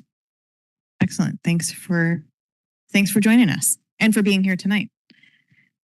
All right, my computer says it's 6:30. My phone says it's 6:30. So let's get started with item F1, House Bill 2015 Criminal Justice Tax Increase Ordinance, and I'm going to turn it over to Nathan. Mayor and Council, as you all are aware, this is actually the fourth touch that Council has had relative to House Bill 2015. We had a substantial discussion during our April 28th work session, as well as action was taken at the May 5th City Council meeting. Subsequently, at your last meeting, you did conduct the first reading of a 0.1% sales tax, which is a councilmanic approach to adoption of a new sales tax in support of criminal justice. So this evening, we are here to conduct a second or continue the public hearing that was opened at your last meeting, ensuring that we're obtaining additional community testimony relative to the implementation of that new criminal justice sales tax. And tonight we are recommending the adoption of the ordinance, directing staff to provide the necessary information to Department of Revenue for implementation of this tax effective January 1st, 2027. And I'd be more than happy to allow Chief Smith or Director Carrizosa to add additional content as they desire.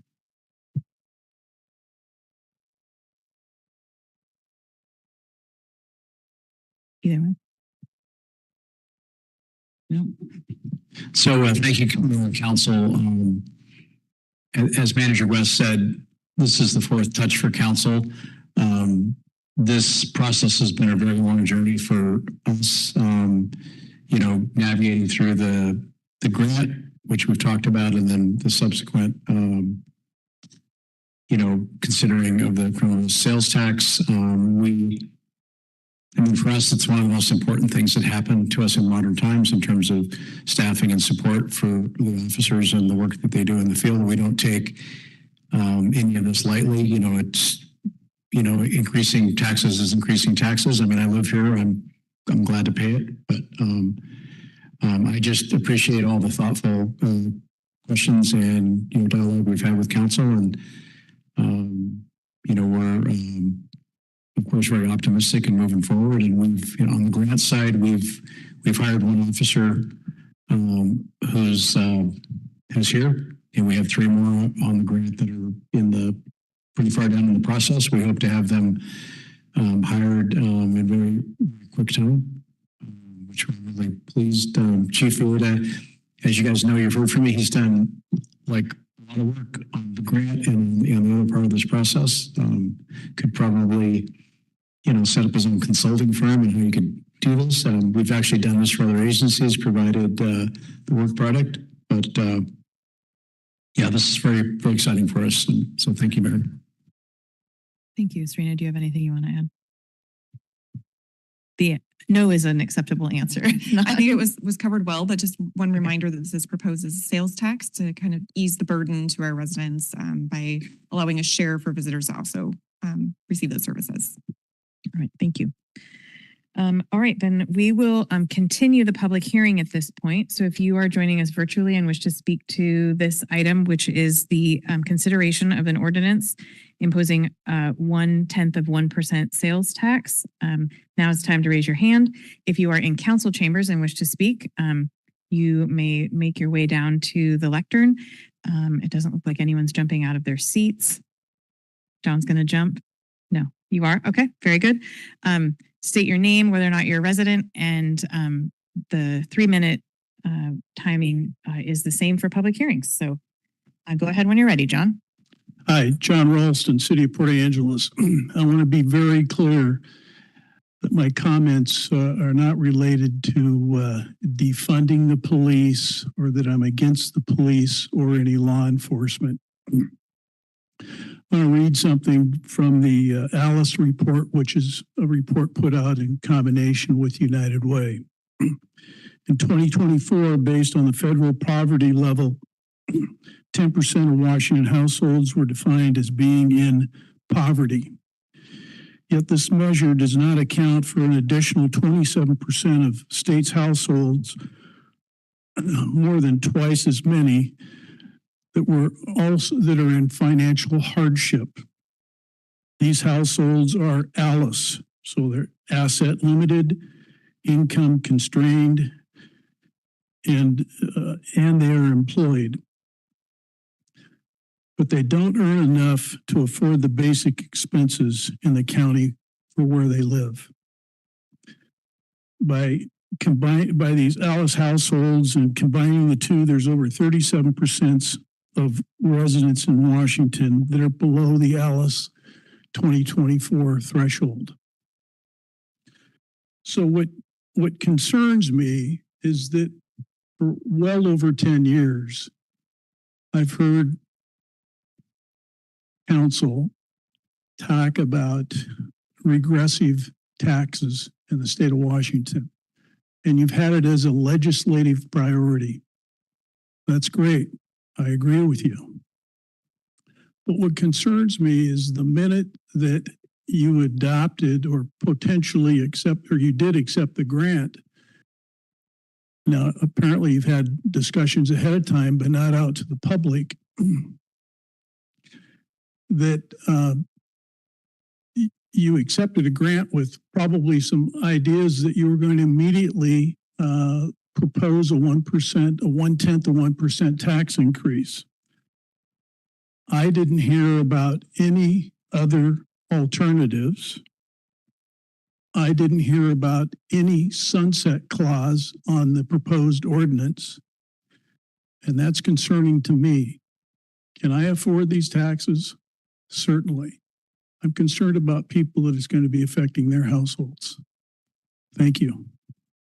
Thank you, John. I don't have any hands online. Anyone else in council chambers? Okay, then I will close the public hearing. I don't think I need to use the gavel. And I will read the ordinance and then open it up for council discussion. An ordinance of the City of Port Angeles, Washington, declaring its intent as authorized by HB 2015 to impose a qualifying local sales and use tax of 1/10 of 1% pursuant to RCW 82.14.345 to be used for criminal justice purposes. So moved. That wasn't a motion. Just reading we got. You're almost done there. Yep. So I make a motion to approve. I think I think the language in the memo is a safer motion to make. To adopt the ordinance and direct staff to provide the necessary information to the Department of Revenue for implementation of this tax effective January 1st, 2027. I didn't think I needed to read 1, 2, or 3. Second. All right. So we have a motion and a second. Clerk, did you catch who moved and seconded? Okay, very good. Latricia, do you want to speak to your motion?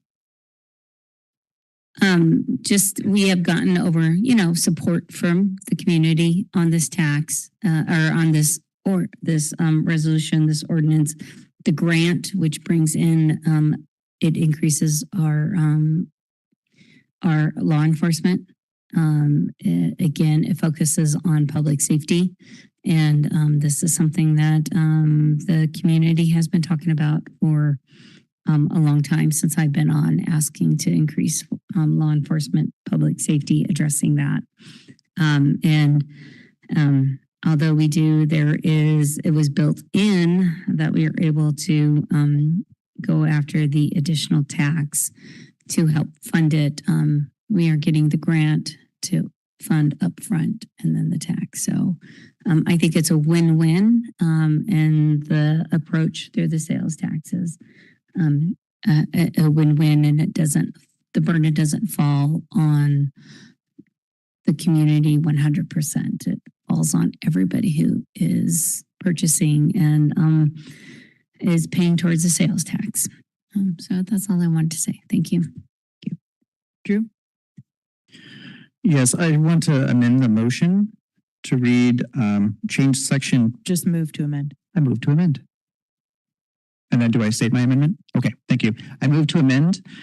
So the ordinance itself, section 4, use of funds, reads, monies collected shall be used for the Port Angeles Police Department.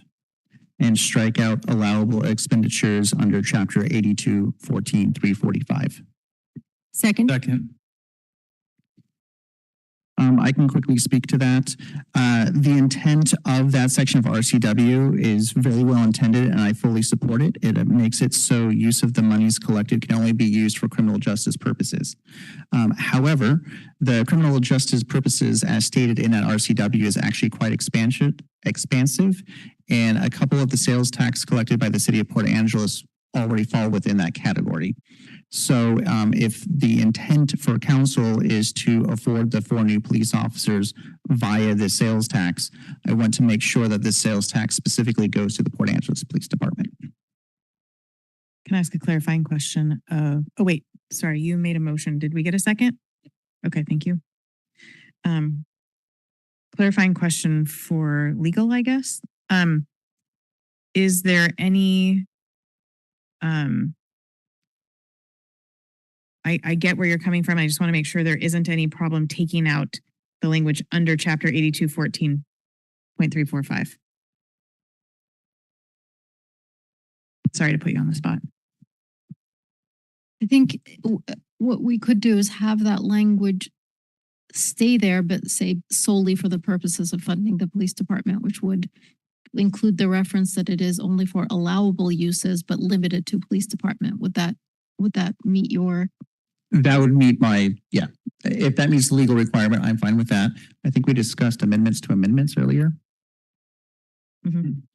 Well, May I just amend my motion yes, to include the correct legal language for my intent? yes. I think you can. Then I do that. Yeah. Okay. I don't know if Robert would agree with us, but he's not here. So, are you okay with that? Okay. All right. So, we have a proposed amendment to change to adopt the ordinance with the change of language in section 4, use of funds. Monies collected shall be used for allowable expenditures under chapter 82.14.345 solely for use by Port Angeles Police Department, for the use of Port Angeles Police Department. That matters. Anyone opposed to the motion, please state your opposition. I'm gonna oppose it. Okay, so all those in favor of the motion, please say aye and raise your hand. Aye. Aye. Opposed? Me. Okay. Clerk, did you get that? Very good. Okay, so we have an amended main motion.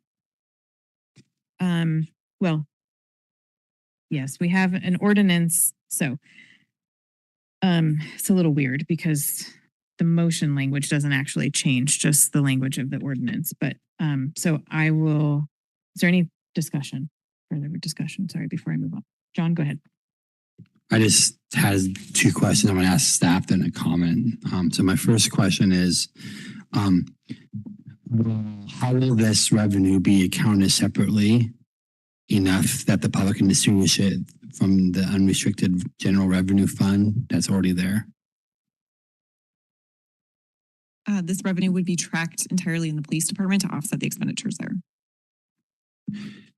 Okay, because I just want to make sure we're asking for new taxpayer money that it can be easily seen in our budgets or tracking that people can distinguish where that money is going to and how.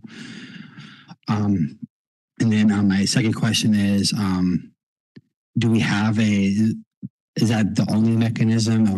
Is it going to be within our budget reports? Is it going to be something that we report on like biannually? I don't know. Like, how will we give the public the information other than just in the budget?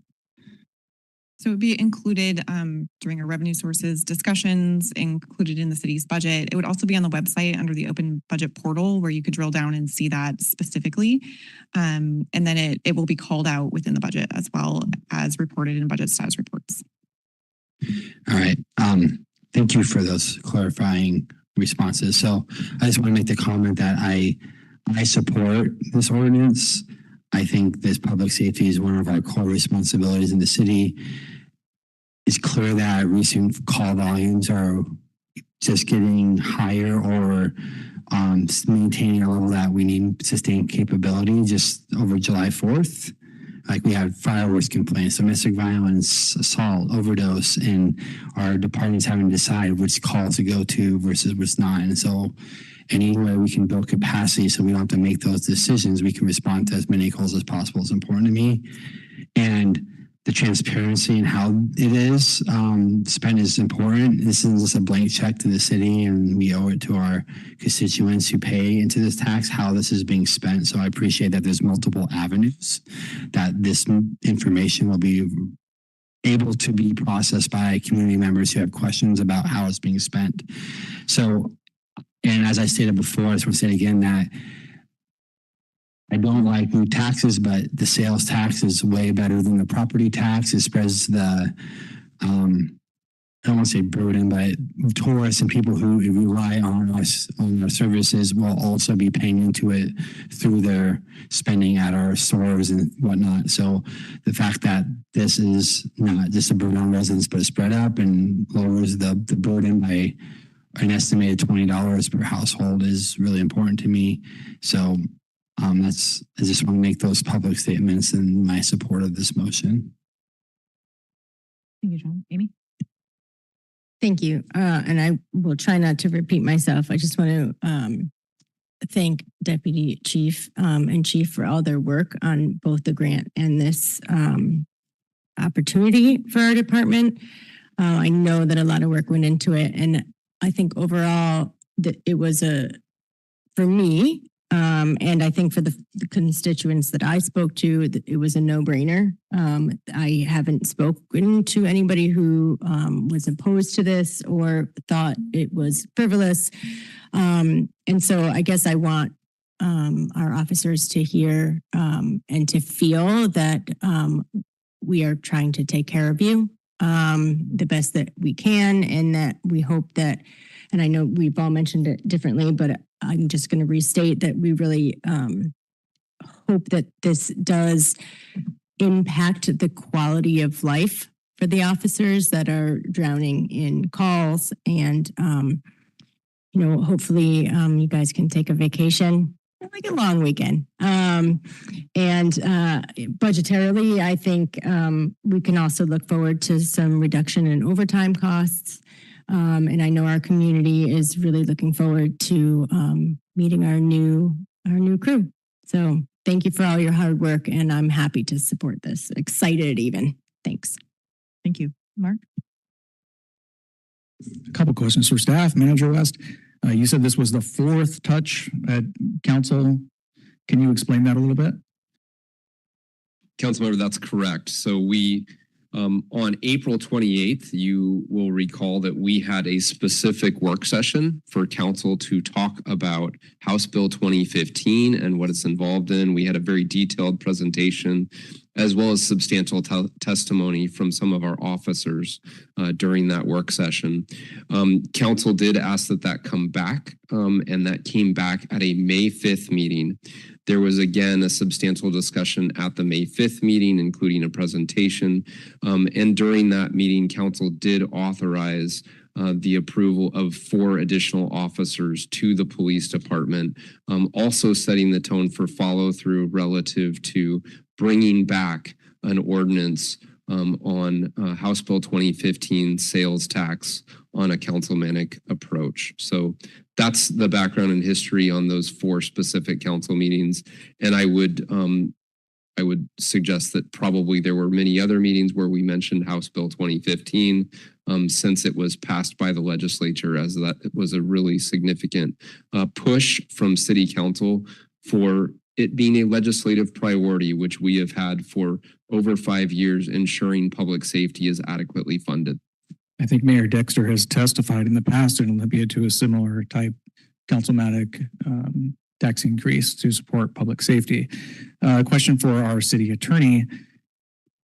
Is my understanding correct that the funding for this is specific and only tied to this councilmanic decision? There are no legislative alternatives to continue the funding for these new officers that are given in this grant? I'm not aware of any alternatives at this point, but it would be something I could look into more specifically to see if there are other roads for it, but I'm not aware of any. Okay. I think that I've looked at this a little bit. I think that if there was an alternative, it would have been provided in that legislation. And to your point, there's also not an alternative that I'm aware of. This is the preferred method set forth by the legislature for us to decide upon. A couple of questions for Chief Smith. Chief, we've had a lot of conversations recently, you and I, about public safety in our community, and I appreciate you taking the time for those phone calls and in-person meetings. You expressed to me, Chief, you and Deputy Chief have expressed to me the ability recently to go into Veterans Park and make that usable for the public at large. You said that call volumes had reached a point during the day where it just happened to be that you could go into Veterans Park and make sure that if people were engaged in a illegal activity or didn't otherwise belong there on a legal basis, that they could be asked to leave or trespassed. I think the community appreciates that level of response and attention from our law enforcement officers. Would the addition of these 4 officers allow the police department to conduct more of those types of interactions? Would it allow Port Angeles Police Department to be more proactive in addressing, quote, open air drug use? Yeah, so council member, the answer to all your questions is yes. And the design of the funding in the grant was to attach 2 officers to each patrol team, and their federal duty and their focus will be sort of emphasis and also being part of Project Shielding Hope. But back to emphasis on problem-oriented policing and community policing assignments like that location. So, like during the last 2 weeks, for example, the patrol teams have done a great job in adding, police presence and attention to that location. And you describe, like using illicit drugs, but they're stepping away from something else they're doing that they have to get back to, which is the problem of trying to maintain that space long term. I think Chief Ada and I were probably more available than most of the patrol officers in terms of like some of the stuff we're doing. You could actually wait, but they actually have to get work done. So when we ask them to do like continued emphasis in a public space without adequate staffing, they have to give up something else they're doing. They have to either give it up in training, they have to give it up in taking a little bit longer to follow up on something that somebody else expects, a property crime, a violent crime, whatever it is. So that location is really just a graphic example of when you're sort of asking a limited resource to do too many things. And I think I told you that generally is our highest response area, Veterans Park, and it trades it with Safeway across the street in the city. And that's not for lack of trying. They were there a lot. And I know officers are nice, they're professional, but the social problems with illicit drugs have literally took over that space. So having additional resources, it seems like a little, but it's a lot. And the things that an officer can do that has more time, doesn't have things waiting for him, and has actually got like a collateral duty that's designed around that problem, that's got the conversations with the community paramedics and reflections and rediscovery. Maybe the person that's there using illicit drugs is going to be into services, or maybe they have an arrest warrant and this is a good time for them to get services in the jail. But I know you'll see a visible difference once we get those 4 officers trained and up on the patrol teams, and a little bit of additional attention goes a long way in a situation like that. You answered all the rest of my questions. It wasn't coordinated, I assure you, but my last one was, will there be observable positive outcomes? And you answered that. Actually, let me ask just this last one, because I did receive this from a constituent. Do you have any serious concerns over the public safety implications or conditions attached to the funding? Are there any constraints applied that would impact policing or public safety? I mean, actually, as complicated as it is, and as hard it was to do, I think it was actually designed around, the outcome that if you want us to do it, we can do it. So I don't really have concerns. I mean, we've done all the hard stuff, and I can see the path forward. And like our finance director said, you'll be able to see money in the budget, and you'll be able to see how it gets applied, and all of that. You support this legislation? Oh, of course. Thank you. All right. Anyone else? Okay, I will just go really quickly and say, I do think it is useful to think about what kind of taxes we're passing. I think we are. I think we will continue to request an adequate non-regressive state tax structure. I mentioned this before in our discussion about this. I think that will continue to be one of our top legislative priorities. And it is hard to go back to the state and say we need more resources if you don't use the tools that they give you when they give them to you, even if you don't love them. And so I'm happy to support this and look forward to all of our new officers getting on the street and being able to keep them with sustained funding sources. So with a sustained funding source. Any further discussion? Okay. So we have a motion to adopt the ordinance as amended and direct staff to provide the necessary information to Department of Revenue for implementation of this tax effective January 1st, 2027. All those in favor of the motion, please say aye and raise your hand. Aye. Opposed? Right, motion passes unanimously. Thank you very much. Thank you guys for being here and for the work you do. And next time, do bring the dog. That would be fun. I know it's not like a cute fuzzy pet, but still would be fun to see Solo. All right, let's take. I don't think we need a break. Does everyone, if we just do public comment? Okay. Yes. All right. So, did you have anything? Anyone up there? Okay. All right, so that is the end of our business section. We already did council reports, so this is the time for the second public comment period. If you are joining virtually, please raise your virtual hand. If you are in council chambers, you can just come down to the lectern and if you have a public comment.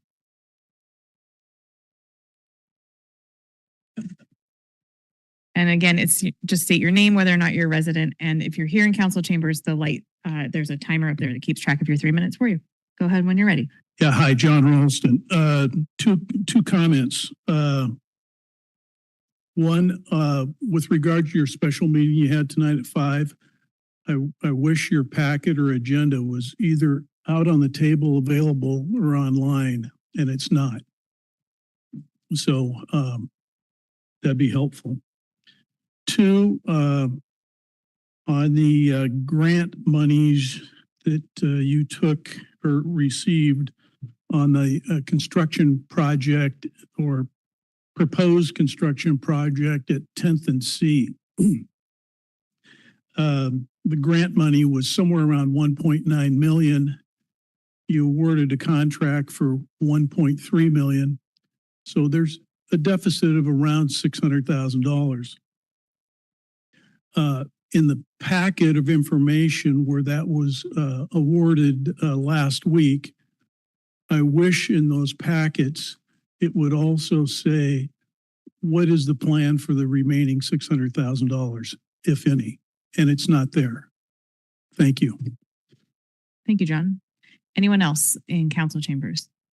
Did you come down? Yeah, go ahead and come on up and just state your name and whether or not you're a resident. And you have 3 minutes and the timer is there in front of you. And you can pull the microphone down a little bit to make it more comfortable. Should I start the timer? Oh, you'll start. Okay. Hi. Hello. My name is Nazul Selim Filiz. I moved here from a weird sex trafficking town called Sarasota. And I was kidnapped and I moved here and then I was targeted by an individual, which caused me to have a breakdown because I am human, because I was dealing with the police officers who were trying to make me feel crazy for reporting that I was kidnapped in that town. And then I had to deal with the person targeting me. So I had a mental breakdown and I hurt my dog because I'm human. And so now this person's been starting an aggressive smear campaign against me because I didn't want to be friends with her upon finding out that she has a substance abuse problem and carries a pistol in her purse. So she went to the librarian, I believe her name is Jen, who knew I was kidnapped and tried to trigger me in the library by telling me that my son was going to be kidnapped from the library. And then I was fired from my employment at Pink Pony after seeing her at my employment because I think she spoke to the owner. So I am unable to get employment or sell my soaps in this town because I'm being targeted by this individual, actually a couple of individuals who are kind of like ganging up on me. And I was hoping maybe you guys could help resolve this issue. I am trying to get a protection order against her tomorrow. So after I gather all the evidence. So public comment is not a dialogue, so we can't answer you here, but we can follow up with you after the meeting if you're Okay. still here. Thanks for hearing me out. Yeah, thank you. Go ahead. Come on down.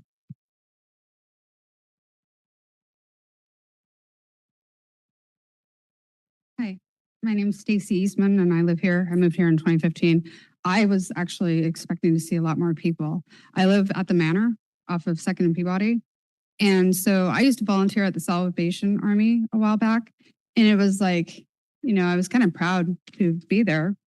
And we have gone through a lot living at the Manor with, I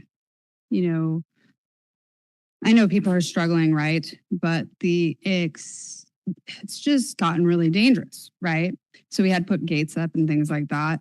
And then just in general, like it'll get so bad and people are sleeping on the streets and people are going through their stuff, but it's also like not being addressed, like trash is all over. And I know the city is trying to do things, but is this thing with what's going to be funded for the police to help, is that also going to help to address the problems that are going on there? I don't know who's responsible to help address that, because going over to the food bank, you got trash like flying around in the air. I have to watch the dog when I walk out because I'm afraid of needles and different things that are on the ground. I used to walk the streets here and enjoy and go to this, to Safeway and stuff. And I'm used to homelessness. I had my own story. I have 4+ years in recovery. I've addressed my own health issues. I volunteer a lot in the community. My family member came up here to get help from what she left, and the programs are fantastic for those that want it. I mean, it's absolutely wonderful, but I understand there's probably a lot that don't qualify. They can't go to the shelters. There's things that, and it's probably really hard with what the city has to deal with and the public and where you get jurisdiction and all that. But what are we going to do about that area? Because I know it's really sad. I talk about this place, how beautiful it is. And then I get friends sending their family for honeymoons up here and they say, oh my gosh, it is so sketchy. We just left Port Angeles and we will not be back. We went to Sequim and it was so much better. And I'm like, well, did you check out Hurricane Ridge? Did you do this? Did you do that? No way. And it's sad because we have such a beautiful city here and there's so much wonderful programs that do help someone like that. I like I said, I had a story, and I just want to see what we can do because I don't know. It's tough to watch, the overdoses, Peabody, the laundromat used to be wonderful to go do my laundry, and I don't want to do it anymore there, so what are we doing? Is that an okay thing to ask? Because I'd like to know. You can ask, we just don't answer during public comment. Okay. So is that where I write you guys privately or something? You can Oh, okay. Well, if we could do something, that'd be awesome. thank you. Thank you. Anyone else in council chambers? Okay, I have Susie online. Let me get my timer ready, Susie.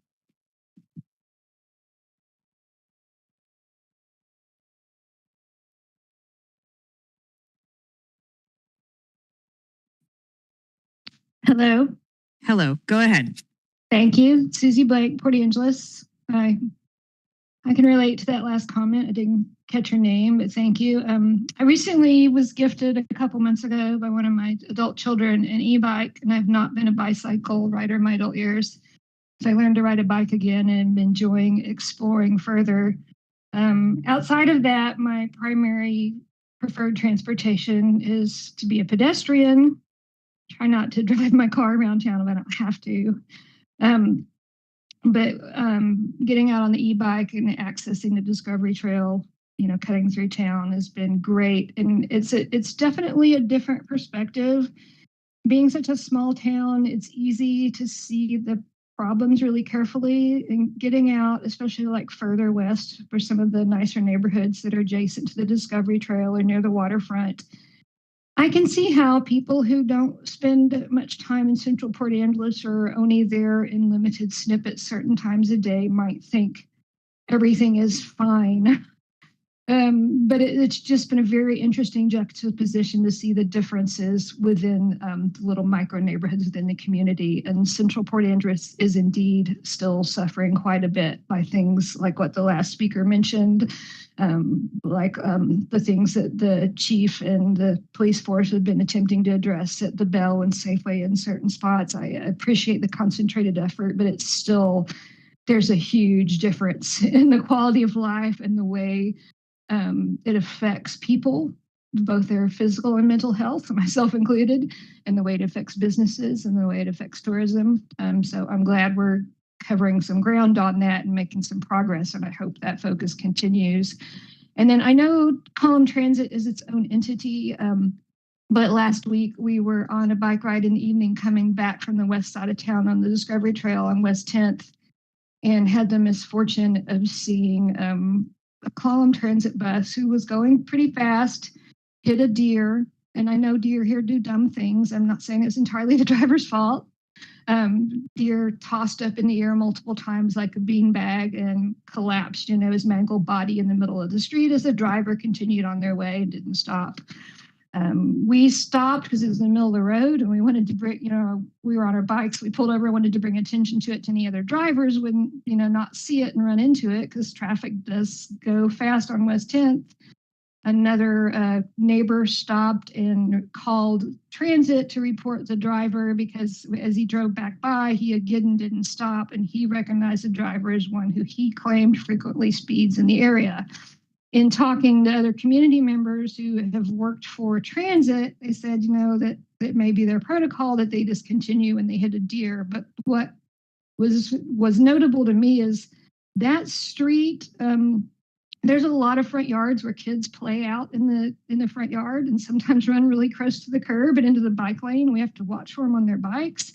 And the thought that couldn't leave my head is, well, if they're that casual when they hit a deer, would they know if they hit a child or would they just keep going? And I think it was Bradley Calloway. I don't always agree with them, but they recently brought up a comment about we have bike lanes, but they're not protected. Time is up. I think, real quick. yeah, I know I would just, I'd like to see the bike lanes be safer and the transit drivers be safer around the bike lanes. Thank you. Thank you. All right. Any other comments this evening? I don't have any other hands online, so we are adjourned. Thank you very much. Good meeting. Thank you.